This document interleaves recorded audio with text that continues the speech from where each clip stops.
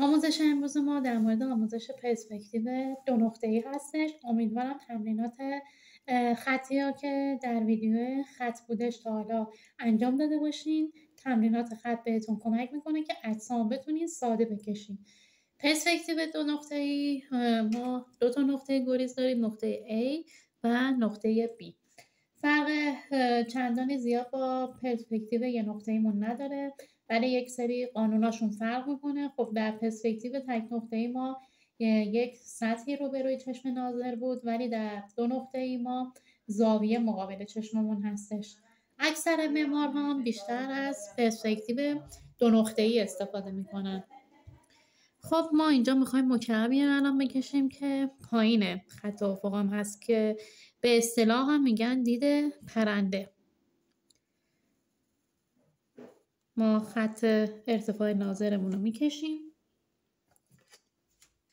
و خطوطش رو به گریز میبریم. یک سری خطوط به نقطه A باید به گریز بره، یک سری خطوط هم به نقطه B.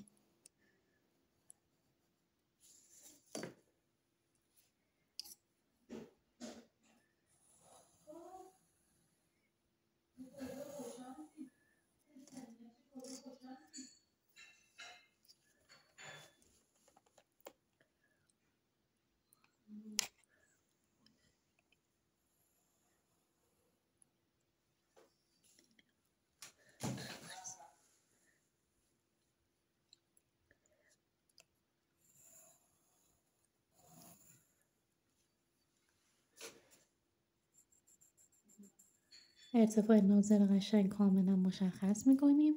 همانطور که دارین در شکلمون داریم میبینین، ما یه حجمی رو کشیدیم که نقاطش رو به نقطه گریز بردیم. حالا خطوط موازی این حجممون هم باید بکشیم. خط موازی این ضلعمون میشه در اینجا. خط موازی این ضلع هم میشه در اینجا. خطوط موازی بالا رو میکشیم.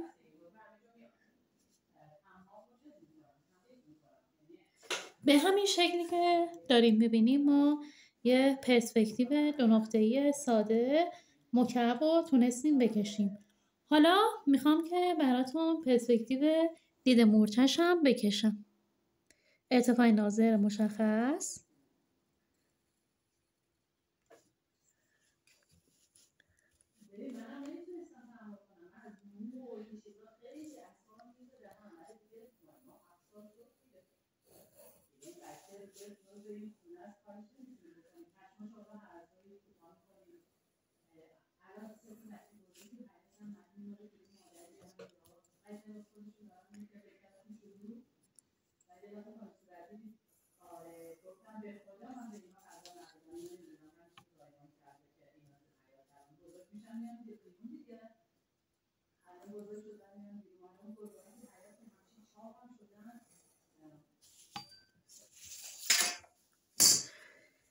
خط موازی این ضلع، خط موازی این ضلع هم میکشیم.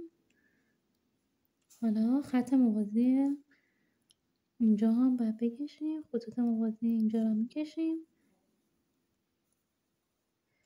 به همین شکلی که داریم میبینیم ما یک مکعب دیگه کشیدیم که پرسپکتیو دید مورچه هم داره. بچه ها بیشتر این پرسپکتیو دید مورچه هم برای پرسپکتیو 3 نقطه‌ای استفاده میکنن. 2 نقطه‌ای زیاد نیستش، ولی 3 نقطه‌ای خیلی بیشتر هستش پرسپکتیو دید مورچه. امیدوارم که از این ویدیو هم لذت برده باشین. این هم یه آموزش مختصر مفیدی بود در مورد پرسپکتیو 2 نقطه‌ای.